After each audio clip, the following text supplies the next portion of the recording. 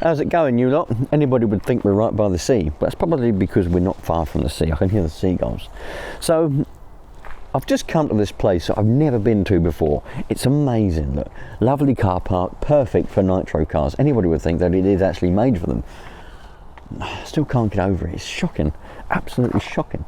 Anyway, the point of this video is I want to try to help some of you lot. Listen, I'm by no means any good at engines and tuning and things like that. I just wing life, but I have learned a few things over the years, and if I can pass on my knowledge to you, I'll be more than happy.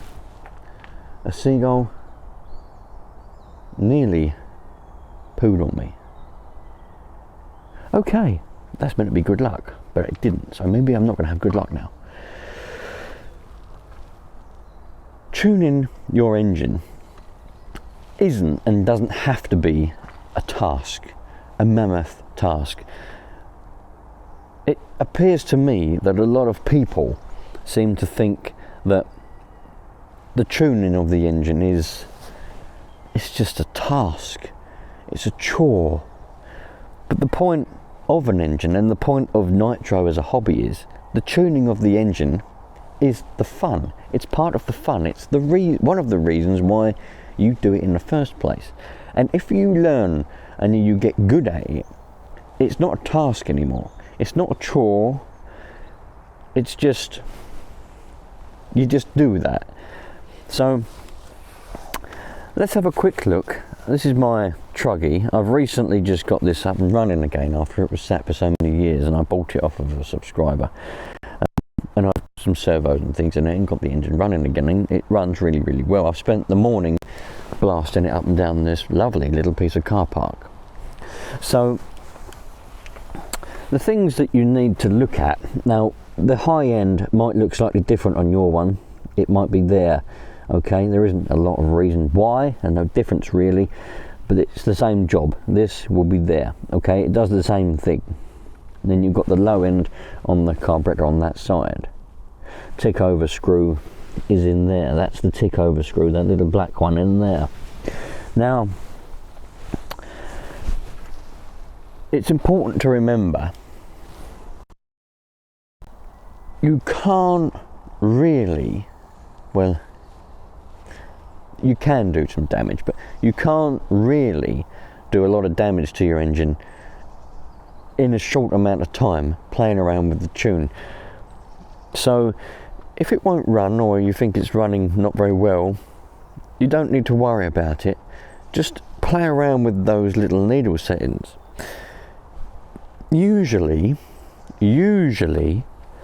base setting will be something around those needles, the little screws inside there, being flush with their housings. Now,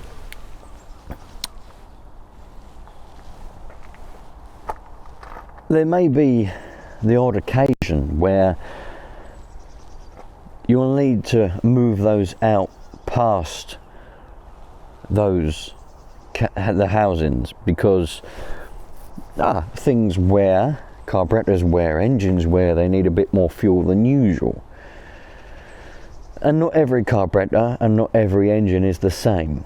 Base settings are a guide, they're not a fact of that's where they need to be. So when you're playing around with your engine, and I think a lot of people do get caught up in base settings and factory settings. There's something that I don't care about. I've never looked up, well, these days I never look up in the manual to see how many turns it needs to be. 3 turns, 2 turns, 4 turns, whatever. Set them flush, see how the engine runs and starts. If it's a bit lean or doesn't really want to run very well, bring them out a bit. You know, it doesn't matter. The point is that you adjust the engine to a point where it runs happily. Doesn't matter where the adjustment is. Well, not for you anyway. Obviously, if you have to have the screws wound all the way out more or less for it to run reasonably well, and then it doesn't really run great, obviously there's an issue. There'll be a big air leak somewhere. Yeah, but I'm talking about in a nutshell. Okay, there is, even as somebody who, you know, for example, if you haven't got a clue about any of this, I'm sure you'll have the common sense to realise that if you've got to have the screws wound near enough all the way out until they're nearly falling out, and then it just runs okay, there's a problem. Yeah. So, but what I'm trying to say is, don't get caught up in the base settings, the factory settings. Everyone goes on about it, and it just makes other people a bit paranoid about it. It just doesn't matter. So you need to set them in a way that your engine will run quite happily. And when it comes to tuning your engine, which you don't necessarily need to do, a lot of people put out there that you must tune your engine. You know, you get a brand new engine or a brand new car, and once you've ran it in, you must tune it. Well, no, you mustn't tune it. It doesn't matter whether you do or you don't, to be honest. Okay? Once you've ran it in, chances are that it won't be running particularly well. It'll be quite rich and it'll be quite sluggish and slow. But if you're happy with that, the way that it's running like that, listen, just leave it alone and enjoy it like that if you're happy with it like that, and it's got enough power and it actually drives around. Chances are it won't. All right, it'll be quite sluggish in the running settings. But what I'm trying to say is, it's not imperative that you do tune it. So when you hear people say, no, you must tune it, you must tune it now, the next thing is you must tune it. No, okay, don't worry about it. Nothing's going to happen if you don't. So I must explain that you can do more damage to your engine by having it too lean. Not enough fuel, yeah? Having those screws turned too far in, than if they were turned, well, if it was too rich, they were too far out. You can do a little bit of damage having it rich, because you can damage your glow plug. There is possibly some other little pieces of damage that can happen to the engine, but they're nothing major compared to being too lean, definitely. So yeah, don't worry about it. But as I said, if it's too lean, not enough fuel, it will get too hot, there'll be not enough oil and lubrication for the engine, and it will start to wear out a lot quicker than it would do otherwise. And if it's really too lean, really lean, it could just fail completely right on the spot. So, you know, you do have to think about it, but not to the extent that some people do. So let's have a look at this engine. Let's fire it up and I'll show you a few things. Okie dokie, here we go. Right.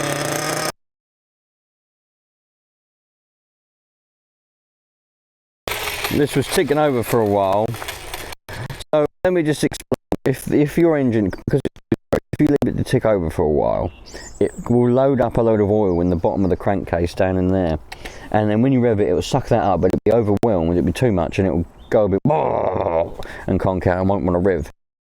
If tuning is wrong, it just means you need to rev it and clear it out.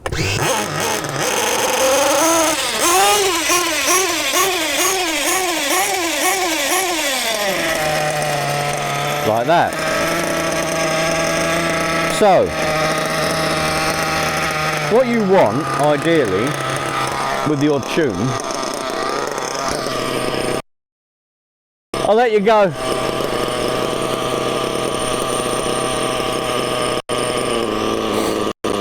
Oh, you got another one.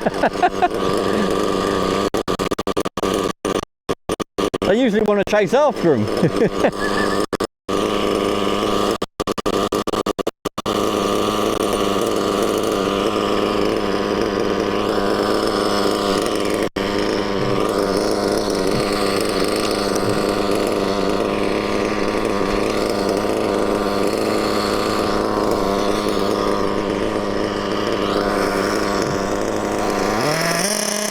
So what you want with your tune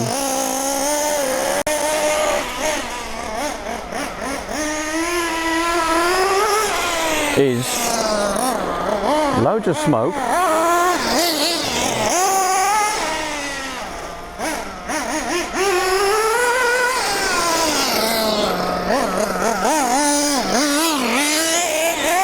you want loads of smoke, particularly on full throttle. Now, it doesn't really matter if you haven't got a lot on the mid-range or the tick over. Now, you will get smoke on tick over, and you will get smoke, you will get a little bit of fuel spitting out as well. That tick over was a little bit too high. I do need to adjust that a little bit. It's not right, and I know some of you are going to point out that if you're experienced, that the tick over isn't quite there yet. It hangs around on the revs a little bit, and Americans call it a two-stage, but I don't worry about that kind of thing at the moment. I'm still getting this engine nearly there. So it's important to watch for the smoke trail, okay? Sight is your friend, hopefully you're not blind, but also sound, hopefully you're not deaf. Sound is probably your best friend when it comes to any engine, but Nitro particularly. You can hear whether it's too rich, and you can hear whether it's too lean. I can probably be blindfolded and hear and tell you whether an engine is too rich or too lean. Sound is very important. So with this one, you can hear that it is slightly on the rich side because it kind of goes a little bit. Did you hear that? When it was revving, it kind of went really deep.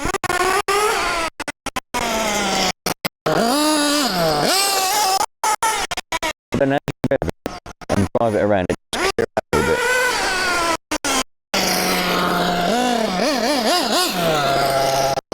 bit. Now, that tick over is getting better as it runs. Now, once you've played around with your settings, by the way, if it's not obvious, I'm not going to be showing you how to adjust your needles in this video. I've got other videos showing you how to actually adjust the needles. I'm trying to show you what it should look like when it's reasonably adjusted, and what rich looks like as well, and what you should be trying to achieve if you're trying to get a reasonably good tune. So that's been sitting there now, ticking over, and we should be able to punch the throttle to full throttle, and it should just take away with a slight hesitation. Not a lot, a little bit.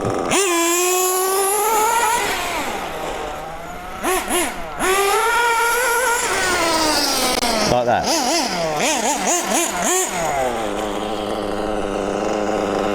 So we can get it better than that, but if you're just looking to try and just get your engine and your car to a point where you can just drive it around and enjoy it, that's what you should be aiming for.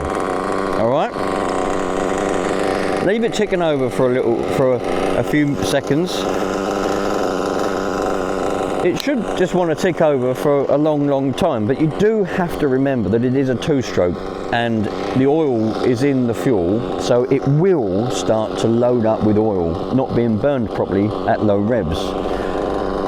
Plus the heat is coming out of the engine while it's ticking over. A lot of people often think that an engine gets hot when it ticks over. It doesn't, it gets cooler. There are times when it might get too hot if it's left to tick over for too long with no air circulation, but for the most point it's getting cooler while it's ticking over, so it won't overheat while it's ticking over, unless you're in a hot climate or something like that. So here we go again. That's been ticking over while I was talking to you. I'm then going to punch full throttle and it should just go. Now that time it was loaded up with a bit of nitro. Did you see that? It went on because it was loaded up with a bit of oil in the crank, and as I punched full throttle, it sucked all that oil up into the top of the piston, and it couldn't burn it all. It was overwhelmed and it nearly conked out, but it got past it. It burnt it off, loads of smoke, and then away it went. So that's what that looks like. That's normal, completely normal on any two-stroke engine, apart from a two-stroke diesel, because a two-stroke diesel engine has oil in the sump, doesn't have oil in the fuel, in the diesel. But any two-stroke petrol engine, that's completely normal.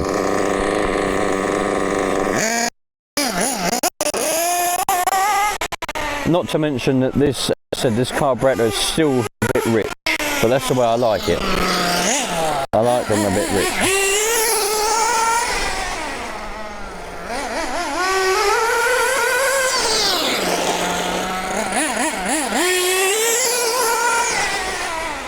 Now notice, the smoke trail is getting less and less. The more I rag it up and down, the smoke trail is getting less and less. But it has still always got a smoke trail, and that's what you should be looking for. There should be a constant smoke trail. That means you've always got enough lubrication.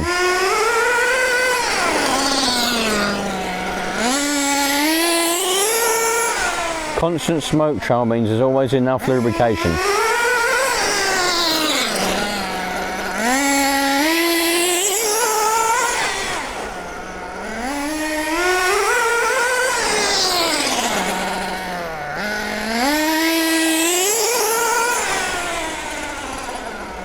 Now,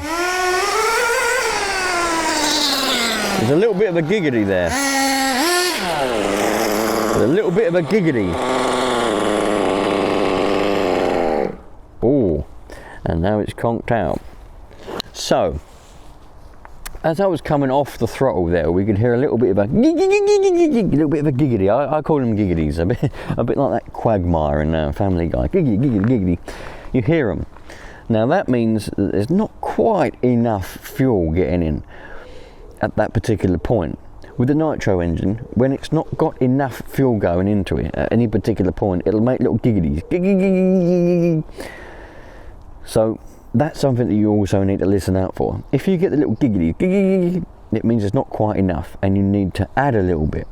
Now the fact that it was giggitying off the throttle means that there's not enough fuel going in when there's no throttle input, which would indicate the low end needle. So I'm going to turn that out, and that's cock, and we'll see if the giggities go away. Alright, let's see if the giggities go away now.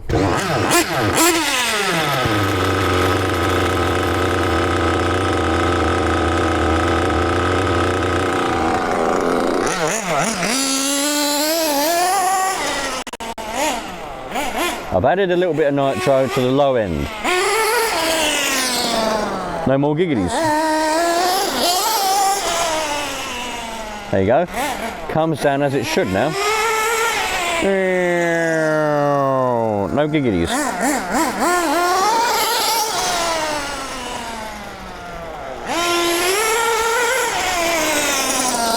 Oh, maybe a little bit, but that's alright.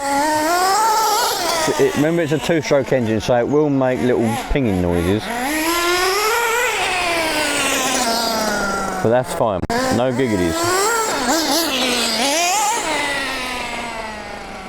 That's lovely now.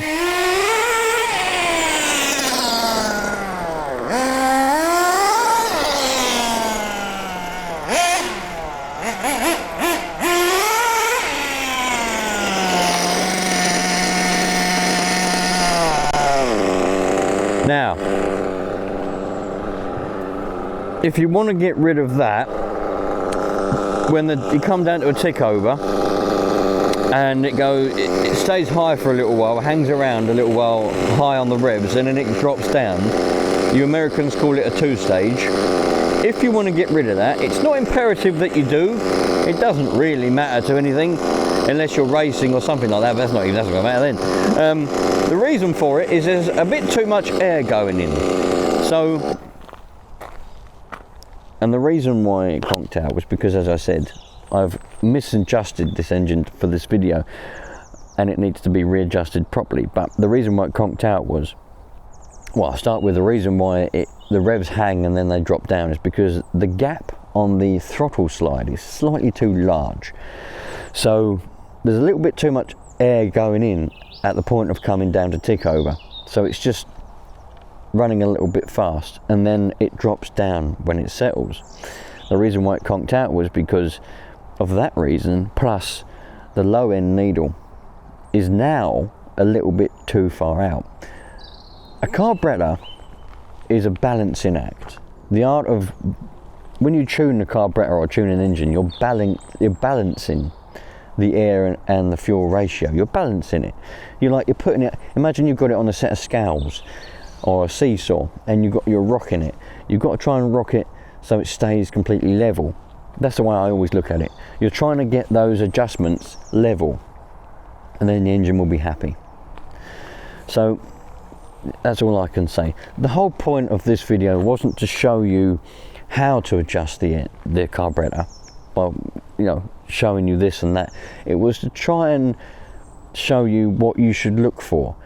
The smoke trail, it's based on the things that the questions I get asked and the things that I see in people's troubleshooting videos that they send me on. My engine's doing this, my engine's doing that. So what you should look for is a constant smoke trail, not too much, not too little. It's better to have too much than not enough. When you punch full throttle, it should just take off with a little bit of a delay. Doesn't matter if there's, you know, a bit of a delay. And the giggities. The most important thing is the giggities. Recently I saw a video of somebody, I don't know whether he's a subscriber of mine. To be fair, I'm not subscribed to him either, but I do watch his channel quite often when I get a chance. And he was driving around his buggy, and it was giggitying when off the throttle coming, you know, coming down on the revs, giggitying. That can cause a bit of an issue because there's obviously not enough lubrication at the end of the rev range, you know, coming off the throttle, not enough lubrication. So a little bit more fuel and that would go away. As long as you haven't got that, I say there's nothing to worry about. I have got plenty of videos on actually adjusting the carburetor, like physically showing you the carburetor being adjusted, starting off with a very poor to where we've got a good running engine. I've got videos on that already, but if you want an updated one, or you want another one, or got an itchy nose, or you want me to show you something else or whatever, just drop a comment so that I know how many people want that, and I might do an updated fresh video. But I've got plenty of them. I might even link them in the description to this one. So hopefully now, if you was looking for a bit of guidance on what to look for and what your engine should sound like and what it should look like when it's somewhere near being adjusted correctly, hopefully I've helped you out. If you had any luck. So I'm going to catch you on the next one. All the best, you lot. Take care. And there'll be many, many more Will It Run videos coming up. Barn finds, shed finds, under the bed finds. God knows where else finds. I'll see you later. Thanks for watching. All the best, you lot. Take care.